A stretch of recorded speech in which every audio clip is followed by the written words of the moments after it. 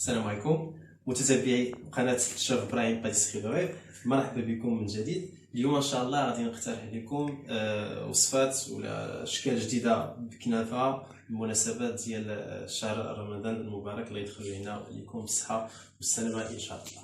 دونك بالنسبه للعجينه كيف ما قلنا غادي نحتاجو كنافه. بالنسبه للحشوه، الحشوه سهله، المكونات ديالها كلهم موجودين في الديور عندنا، ونقدروا نعوضوا هاد الاشكال هادو بالشباكيه، لان كيف ما كتعرفوا جميعا في الشهر ديال رمضان اكيد كلنا ولا كل الاسر المغربيه كيحتاجوا لشي حاجه للتحليه، دونك شي حاجه اللي حلوه. هذا علاش الفكره جاتنا باش نصاوبوا هاد الاشكال. بالنسبه للحشوه كيف ما قلت لكم غادي نحتاجوا فيها ان شاء الله ربعه ديال اللوز، شويه ديال المسكه الحره، جوج قطرات بالضبط ديال الروح ديال الزهر. كيف ما كتعرفوا الا فتنا يعني لا كونتيتي ولا المقياس ولا المقدار ديال الروح ديال الزهر، دونك غادي تقلب لنا لو يقدر نخرجوا على لافاس او الحشوه تخرج لنا مره. دونك نكملوا قلنا جوج قطرات ديال الروح، جوج معالق كبار ديال الكراميل، وثلاثه ديال المعالق ديال الماء زهر. الا لاحظتوا الحشوه ما درناش فيها السكر، علاش؟ لان ديجا شرنا في الاول ديال الفيديو بان غادي نقدروا نعوضوا بها الشباكيه. دونك ديجا غادي نساليو ملي غادي نفونسيو غادي نوصلوا للمرحله ديال التزيين، غادي نغطسوها في العسل اولا بواحد لو سيرو اللي كيتسمى لا سيرو اتروم. هاد السيرو اتروم تنخلطوا فيه تقريبا قد الماء قد السكر، وتنخلوه يطيب درجه الحراره اللي هي ميله مع شي روح كيف ما بغينا، فاني ولا كيف ما بغينا، وتنخليوه مده طويله. دونك الا كاينه بغينا نصاوبوا السيرو بيان سيغ الروح غادي نديروا الروح ديال الزهر.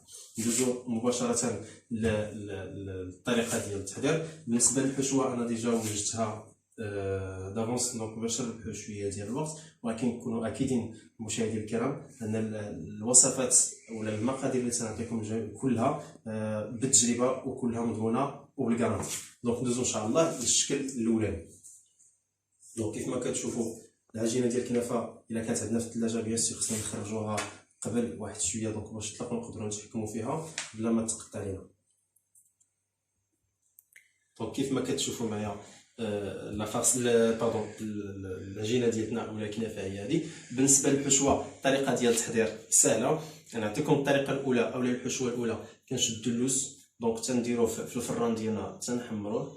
ملي تيتحمر تنحاولوا نطحنوه بيان سيغ حتى كيبرد، كنحاولوا نطحنوه مع المسكه الحره، نحيدوها من المولينكس ديالنا تنديروها في واحد الاناء اولا يون باسين، تنزيدو عليها الكراميل الماء زهر، وتنحاول نخلط لافاس ديالي مزيان بيدي. في حاله الا جاتني الحشوه انها قاصحه اولا ما معلكاش، دونك تنزيد واحد شويه ديال الكراميل باش تعطينا ديك التعليكه.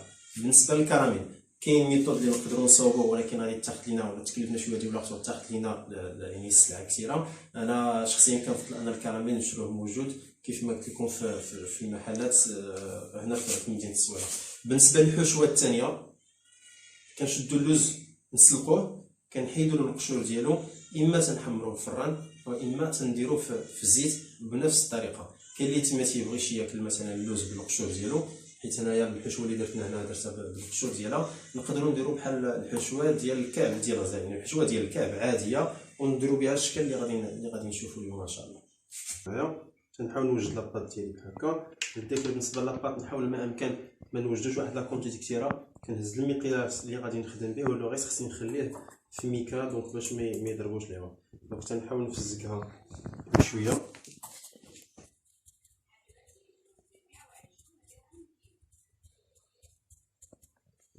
دونك بالنسبه للشكل الاول غادي نديرو ديكورني كيف ما كتشوفوا العجينه ديال الكنافه. بسم الله.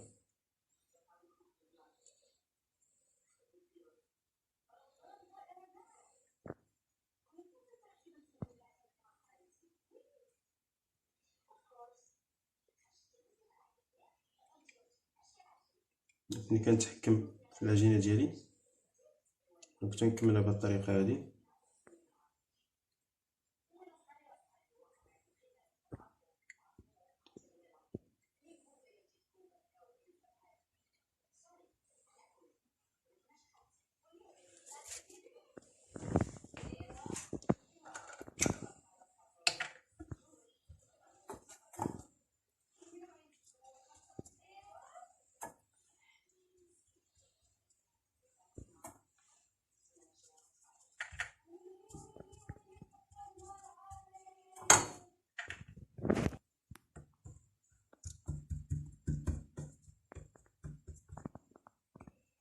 دونك غادي نعاودو بنفس الطريقه.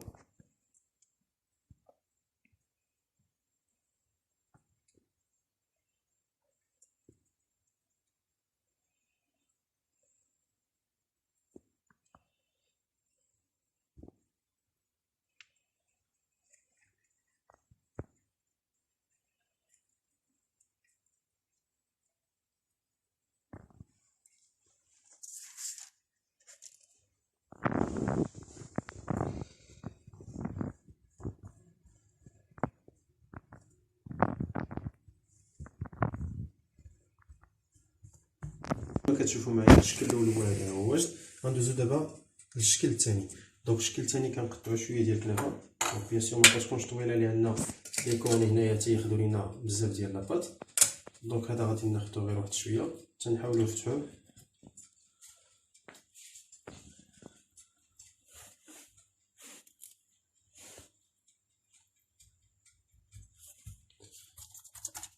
بالنسبه للزبده هنايا الزيت دونك تيعاونوا لاباطي باش ما تنشف ليناش وكتجينا سهله اننا نعطيوها الحجم اولا الشكل اللي بغينا وما تسربش. في حالة الا بان شويه ديال لو فيد دونك شويه ديال ليسباس هنايا خاوي تنحاول نعمرو واحد شويه.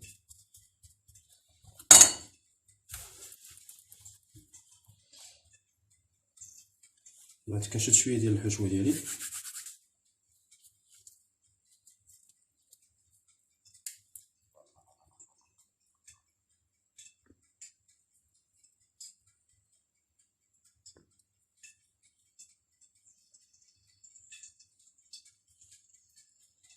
دونك تيرو ليها على حسب الشكل اللي بغينا. فوالا دونك بهذا الشكل هذا كتجي فينيه وزوينه. دونك نقدروا ندخلوها في لي بتي فور.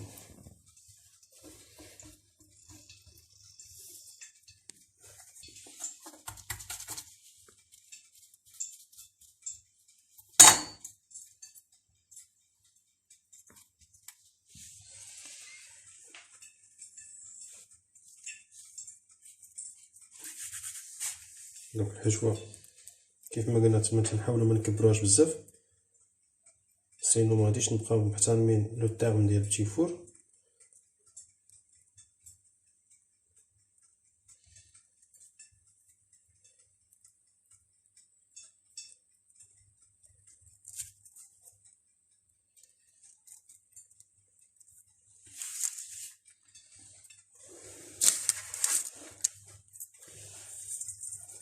دونك كيف ما شفتوا معايا طريقه سهله مكونات بساط.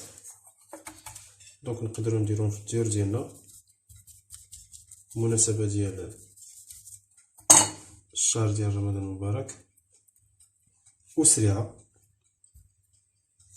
بالنسبه للحشوه نقدروا بطبيعه الحال نعوضوا اللوز نعوضوه بكاوكاو دونك رخيص وفي المتناول.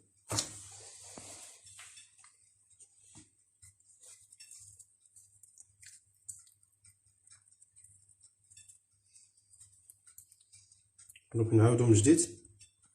الحشوه كنعطيها الحجم دائري اولا اوفر وتنروليها على الكنافه ديالي. بيان سور نفزكها بواحد شويه ديال الزيت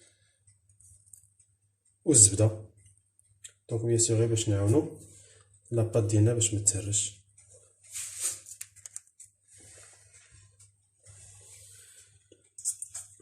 دابا غادي ندوزو للشكل الثالث. كيف ما كتشوف نفس الطريقه كنحاول نوجد واحد لو بودان ولا واحد الباندا. الشكل الثالث غادي نديروه في المول ديال السيليكون وهذا.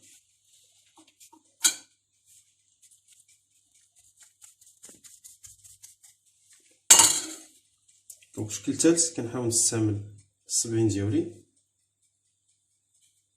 حتى نلوي العجينه اولا لاباط ديالنا بهذه الطريقه هذه.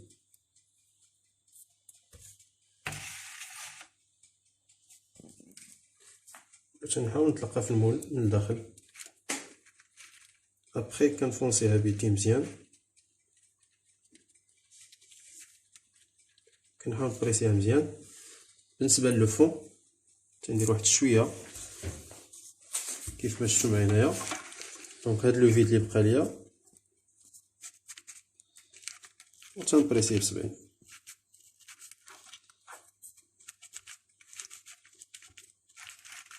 فوالا. دونك نعاودو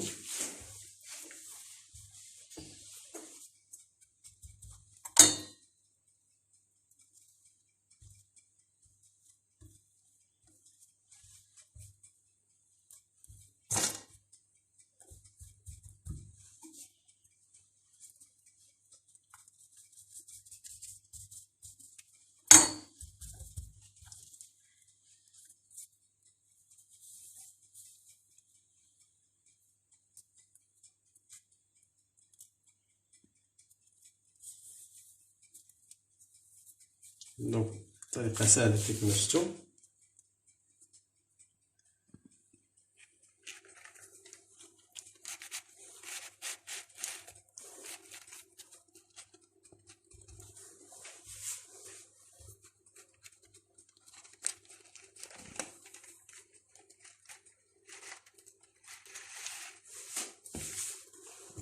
دونك كيف ما كتشوفوا سالينا من الفونساج.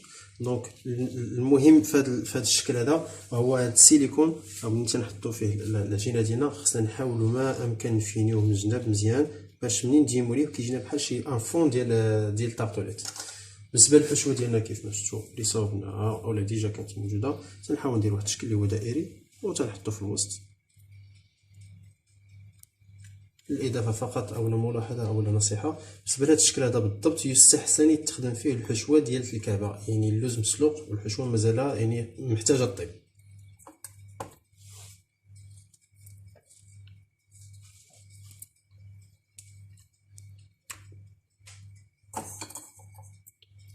غادي نكملو بهاد الطريقة هادي، ومن بعد غادي نطيبو الأشكال ديالنا ديال اليوم بثلاثة في الفران. بالنسبه للشكل الاول والشكل الثاني ممكن نديرو لهم الطياب يعني بالزيت فريتور دويل، يعني تكون درجه الحراره ديال الزيت تكون سخونه 165 درجه الحراره 170. غير يستحسن ان نيفيتيو الزيت يعني الجانب الصحي فقط.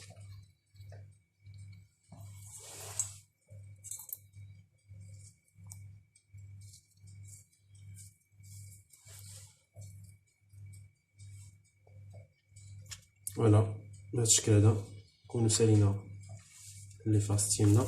دونك غادي نطيبوهم في درجه الحراره تقريبا 170 حتى كيتحمروا، نخرجوهم وندوزو للمرحله ديال التزيين. دونك كيف ما كتشوف معايا لي كورني ديالنا هما واجدين. هنايا نعتذر انه فاتو شويه في الطياب، دونك معليش غادي ليسونسيال ناخدو فكره. دونك اول حاجه كنشدو الحشوه ديالنا وتنحاولوا نعطيوها لا فورم ديال هذا الكورني هذا غير بشويه، لان هادو راه فراجيل بزاف، دونك خصنا نحاولوا ما نفورسيوش عليهم.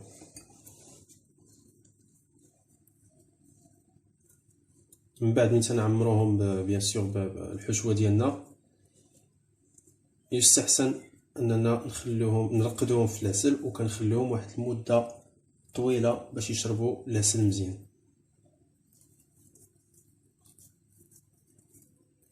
دونك كيف ما شفتوا كنحاولوا نعطيوها الحجم ديال الكورني.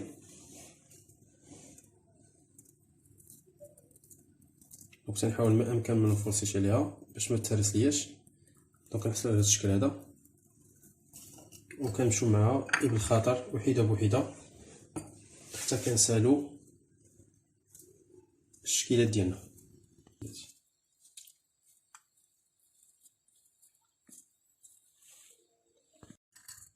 دونك كيف ما شفتوا معايا هنايا، دونك من بعد ملي كنعمروا الكنافه بالحشوه ديالنا، دونك كنغطسوهم في العسل وتنخليهم واحد المده طويله، ساعه حتى لجوج ديال السوايع تقريبا، كنخليهم حتى كيشربوا العسل مزيان.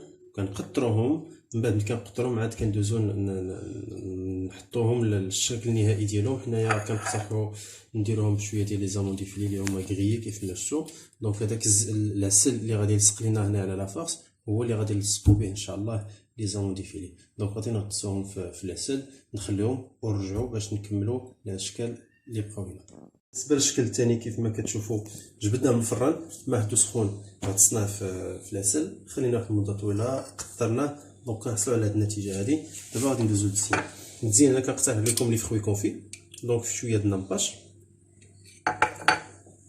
دونك ناباج غير باش يعطينا التعليكه ويعطينا شويه ديال لابريونس.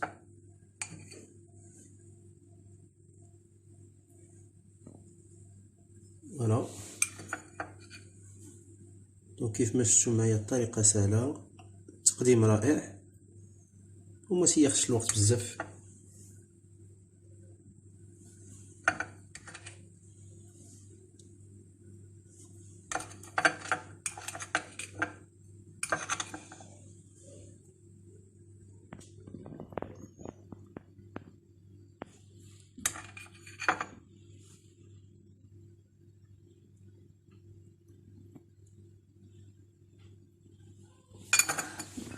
من بعد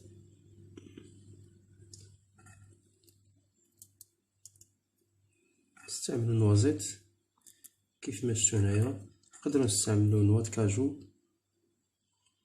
دونك حسب الاختيار. الشكل النهائي ديال هاد الشكل هذا هو هذا. دونك بتي فور خفاف كروسيون وحتى المذاق رائع. بالنسبه للشكل الثالث ديالنا كيف ما كتشوفوا حتى هو كي خرجناه من الفران، غطسناه في العسل دونك حتى شرب مزيان. ندوزو للطريقه ديال التقديم ديالو. دونك تنهزوها بحال هكا وتنغطسوها. هذا كيف ما كتشوفوا في هذا اللون هذا نورمالمون خصنا نديرو بيستاش، هذا ماشي بيستاش، هذا لي زاموند كونكاسي مع شويه ديال الكولور ديال الكولور اخضر ودخلناهم الفران.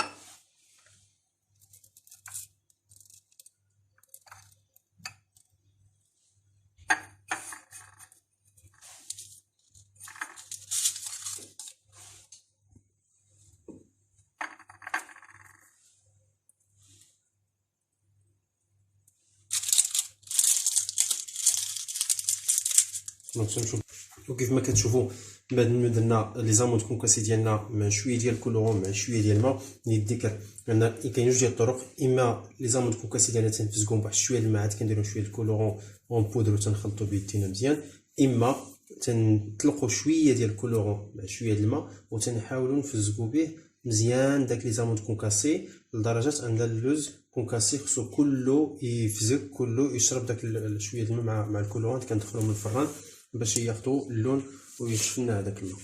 بالنسبه للطريقه كيف ما شفتوا ديال التزيين هي هذه. مازال لينا غادي نديكوريهم بشويه ديال لي فلور كوميستيبل باش يعطينا واحد الشكل يكون راقي واحد شويه.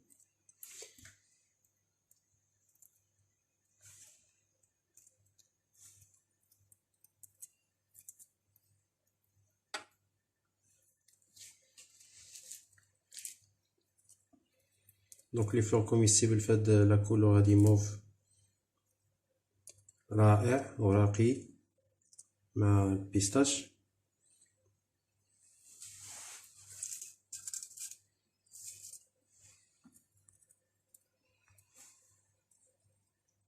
كيف ما شفتوا دونك الشكل النهائي ديالنا هو هذا. نتمنى الوصفه تكون عجبتكم، نتمنى لا فيديو يكون خفيف الظل، نتمنى تكون الاستفاده. كيف ما كتشوف معايا دونك الشكل النهائي ديال ثلاثه ديال الاشكال اللي خدمنا اليوم الكنافه اللي نقدروا نستعملوهم في رمضان بيان سور بلاصه الشباكيه.